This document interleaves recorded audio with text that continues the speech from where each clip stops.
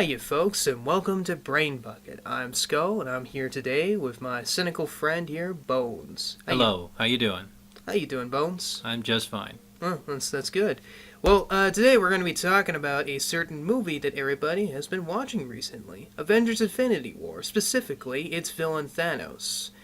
Bones, do you think that Thanos is a communist nihilist?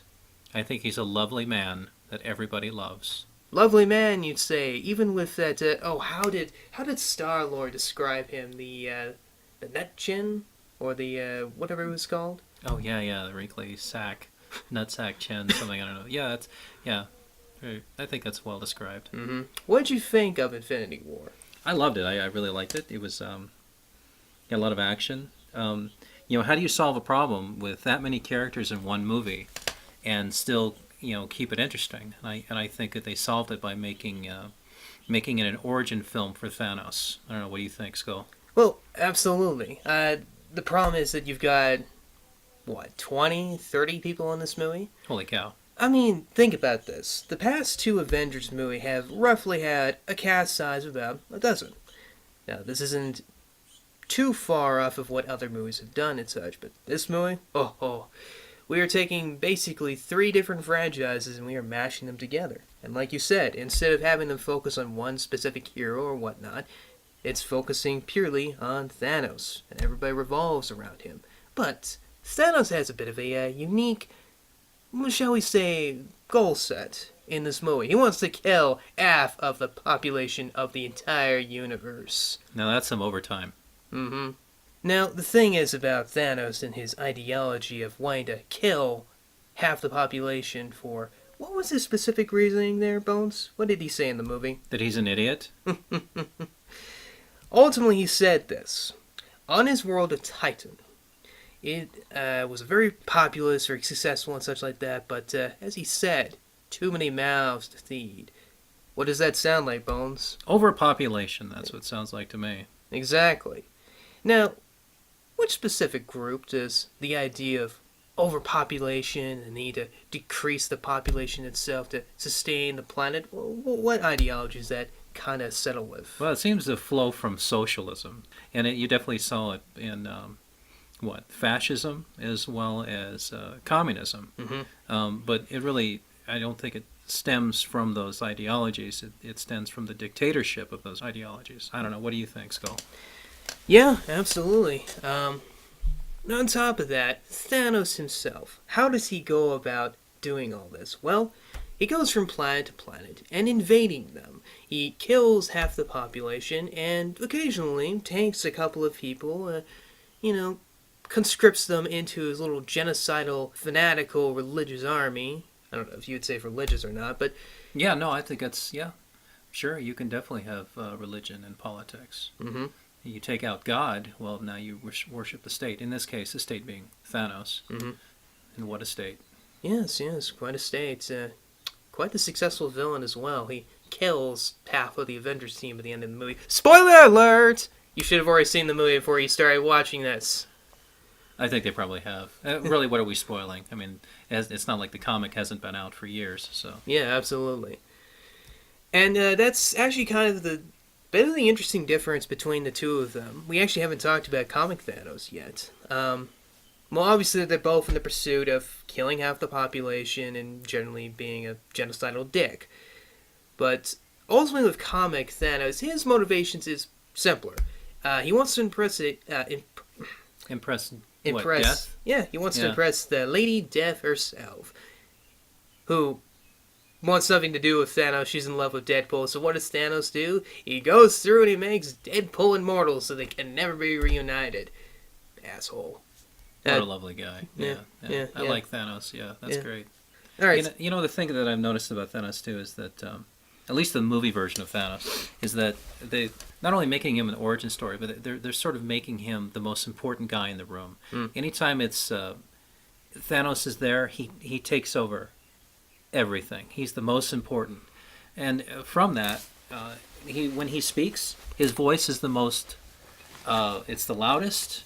It's the most clear. It's also this nice, deep voice. It's very soothing. And then from it, already he's the biggest guy, he's the strongest guy, he's the most well-spoken guy. Yeah. What is he speaking? He's speaking sort of this nihilism, death to a large population. I mean, very similar to what you see nowadays. You hear it from all kinds of billionaires out there that are talking about wanting to eradicate a population. I don't know if this has anything to do with high tech, tech taking over in 5 years and no jobs. I really don't know. But either way, they made him the coolest guy in the movie in order to push this agenda. And I remember saying something to you about that. And now you're starting to see it in comments. Everybody loves Thanos. And I'm waiting for the memes. And just like Vader, people will say things that Vader has said, and I'm waiting for it when people start regurgitating all the crap that Thanos was predicting. What do you think, Skull? Well, ultimately, yeah, I kind of buy what you're saying. And the thing is about Thanos is he's very well acted, and he's incredibly dangerous. They make it very clear that he can basically destroy anybody around him, even without the Infinity Gauntlet. He beat down the Hulk to the point that he did not want to come out for the rest of the movie. And, like you said, he's very clear in his speaking. And Thor. And Thor, that is correct. Apparently who could take the power of a star. Yep. And I mean, clearly he's overpowered, which is fine. He's a god, but Thanos took him out. Yep.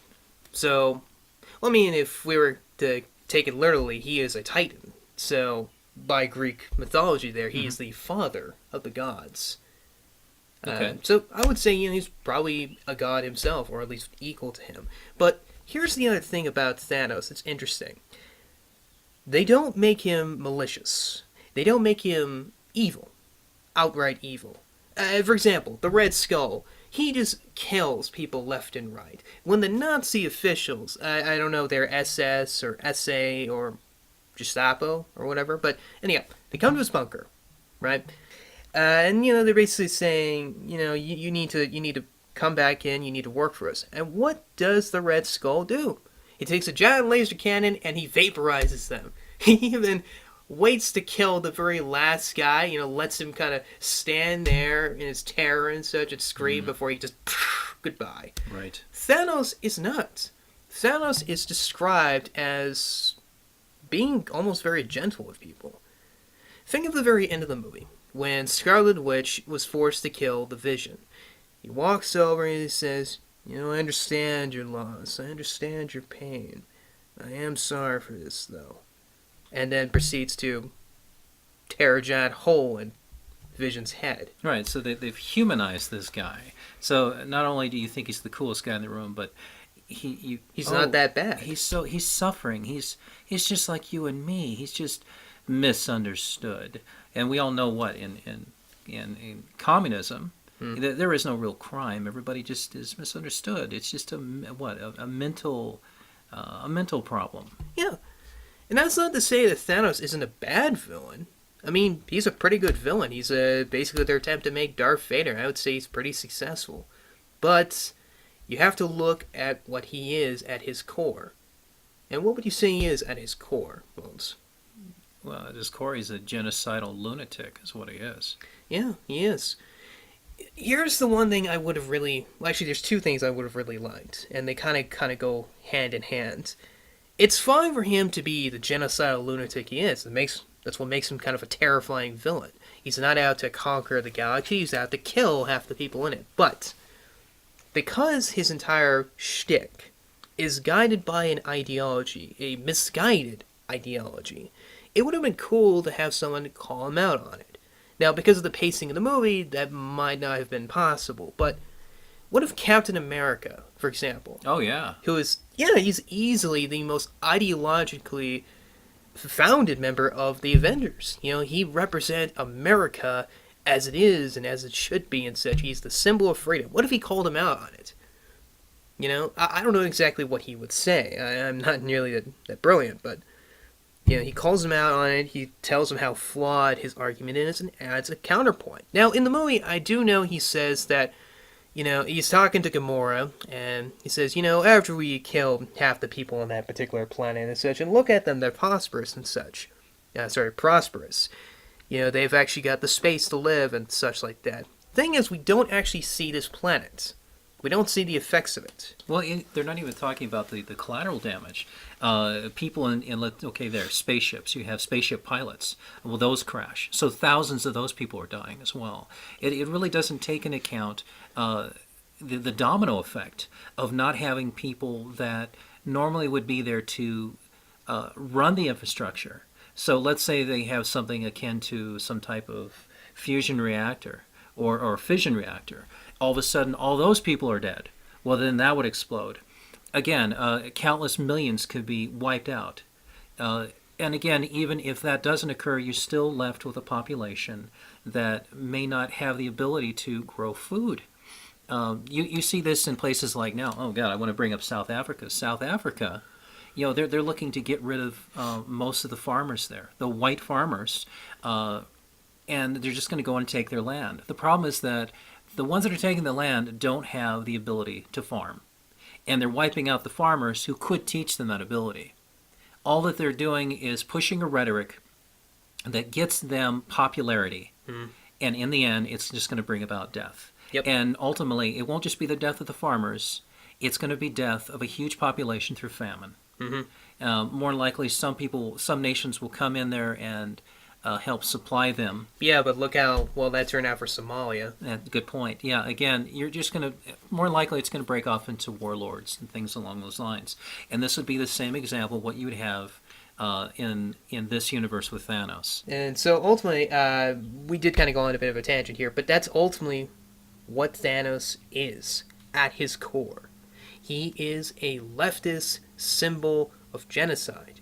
He believes in the idea of killing half the population of the universe as a reset button, ignoring the damage that he will cause ultimately in his wake. Can we call him Stalin? Go ahead. He's a Stalinist. Yeah, you can call him Space Stalin. All right, so you want to wrap this up? Yeah. So ultimately, what was his name? Comic Pro or... I think it was Comic Artist Pro. Comic Artist Pro. He called it Space Stalin versus the Muppets. Well, I necessarily wouldn't call the Avengers the Muppets, because there will the friggin' Avengers. Thanos is Space Stalin. Very much so. All he needs now is some commissars and a couple of bolt guns and popping some guardsmen in the back of the head. Yeah, I agree. All right, well, thank you, Skull. Thank you, Bones. All right. And this has been the first episode of Brain Buckets, new show where we talk about random stuff. Thank you very much, folks. Have a nice day. Bye-bye.